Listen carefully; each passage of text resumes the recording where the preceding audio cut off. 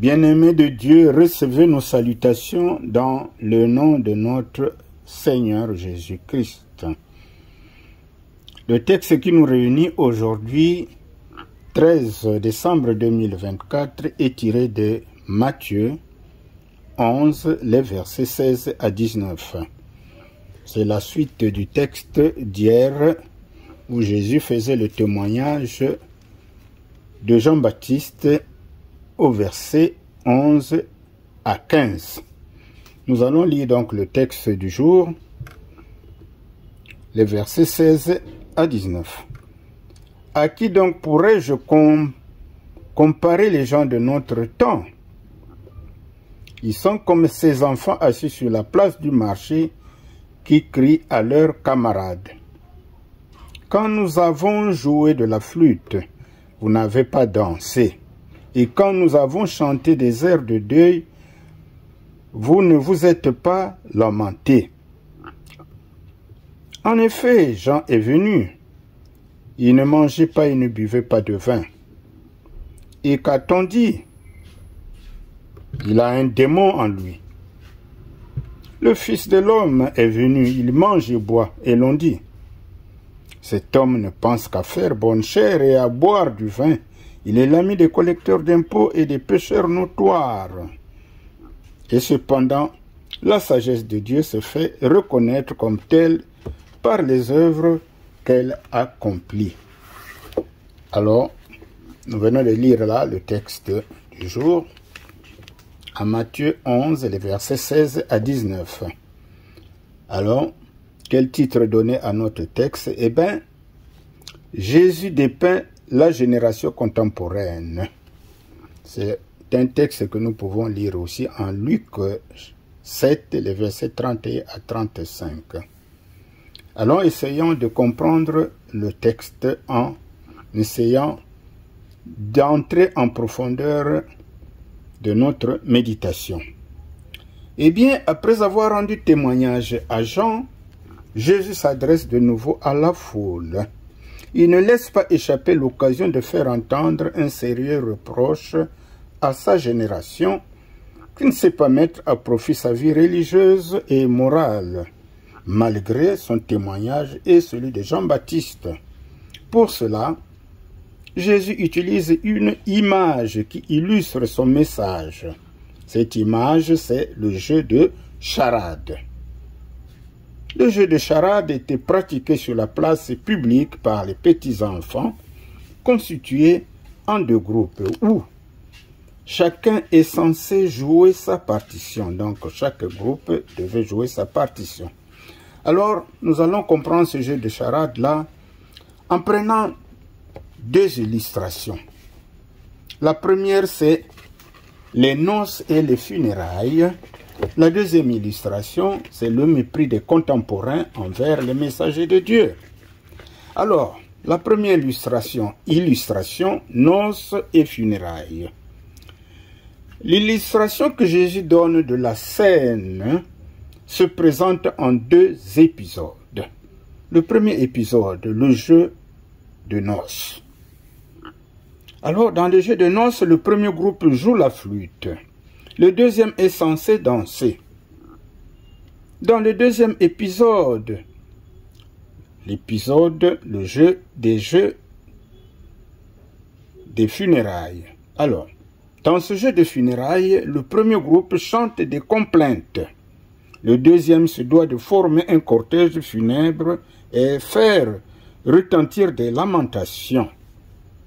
Dans l'un comme dans l'autre des épisodes, le second groupe d'enfants boude et refuse de répondre aux invites du premier groupe et donc de prendre part au jeu proposé. De là, les reproches que le deuxième groupe s'attire du premier. Alors, quelle signification donner à cette première illustration de Jésus sur les noces et les funérailles? Eh bien, les enfants du premier groupe représentent Jésus et Jean-Baptiste.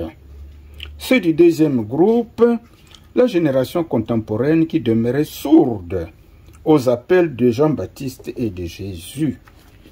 Alors, les Juifs contemporains de Jésus avaient pourtant le privilège d'assister aux événements de rédemption de la nouvelle alliance, comme la génération de l'Exode avait vu la grande délivrance de Dieu.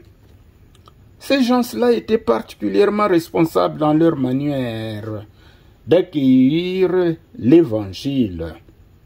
Les Juifs contemporains de Jésus étaient boudeurs, refusant de jouer au mariage avec lui ou à l'enterrement avec Jean-Baptiste. Alors cette génération n'était pas prête à accueillir dans leur cœur le Sauveur. En clair, Jésus et Jean-Baptiste prêchaient tous deux la venue du royaume des cieux et appelaient à la repentance et au changement de mentalité pour recevoir le salut et entrer dans la vie de Dieu.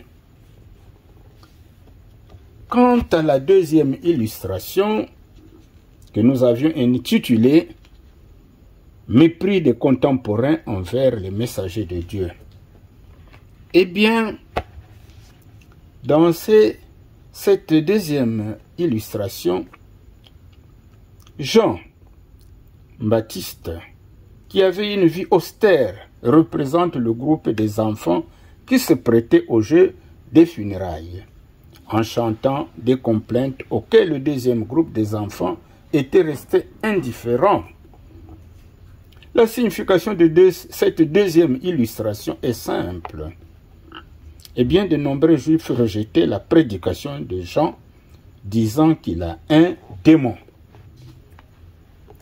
Alors, s'agissant de Jésus, Jésus, lui, est venu, mangeant et buvant avec des hommes de mauvaise vie, représente le groupe des enfants qui jouent aux noces. Mais beaucoup de Juifs ne l'ont pas non plus accepté. Il accusait de quelqu'un faisant bonne chère avec les gloutons, les buveurs de vin, les péagers, bref, les gens de mauvaise vie. De la même manière, une multitude de gens aujourd'hui sont semblables à des enfants stupides et capricieux qui, malgré la prédication de l'Évangile pour les atteindre, continuent à rejeter le message de salut. Alors voilà en quelques mots comment nous avons illustré le message de Jésus, Jésus qui dépeint la génération contemporaine. Les mêmes remarques que Jésus venait de faire à ses contemporains, ces remarques sont actuelles. Nous les vivons dans toute génération. Alors, donc, quelle application à notre vie par rapport à ce message? Hier, Jésus s'adressa à ses contemporains, mais aujourd'hui, c'est à nous qu'il s'adresse. Le Seigneur nous demande d'être les enfants de la sagesse, ceux qui écoutent sa voix et la scellent dans leur cœur pour ne pas pécher. Alors, cette sagesse qui est folie pour les gens sages et intelligents de ce monde, vivifie les hommes simples. C'est qu'on appelle les bienheureux de Dieu. Quel contraste pour ceux qui la rejettent. Ceux qui rejettent bien sûr la sagesse de Dieu. L'homme qui marche dans le chemin de la sainteté est exposé aux calomnies et aux injures. Il est courant de voir des personnes discréditer un homme, même s'il est vertueux et accomplit de bonnes œuvres. Malheureusement, ces choses sont fréquentes même dans nos églises. Maintenant, à toi, cher lecteur, crois-tu au message de repentance de Jean? Au message de salut de Jésus? Ne veux-tu pas être enfant de la sagesse?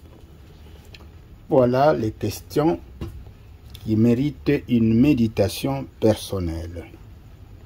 Merci, mes bien-aimés, de m'avoir suivi. Continuez à méditer et à réfléchir sur ce texte.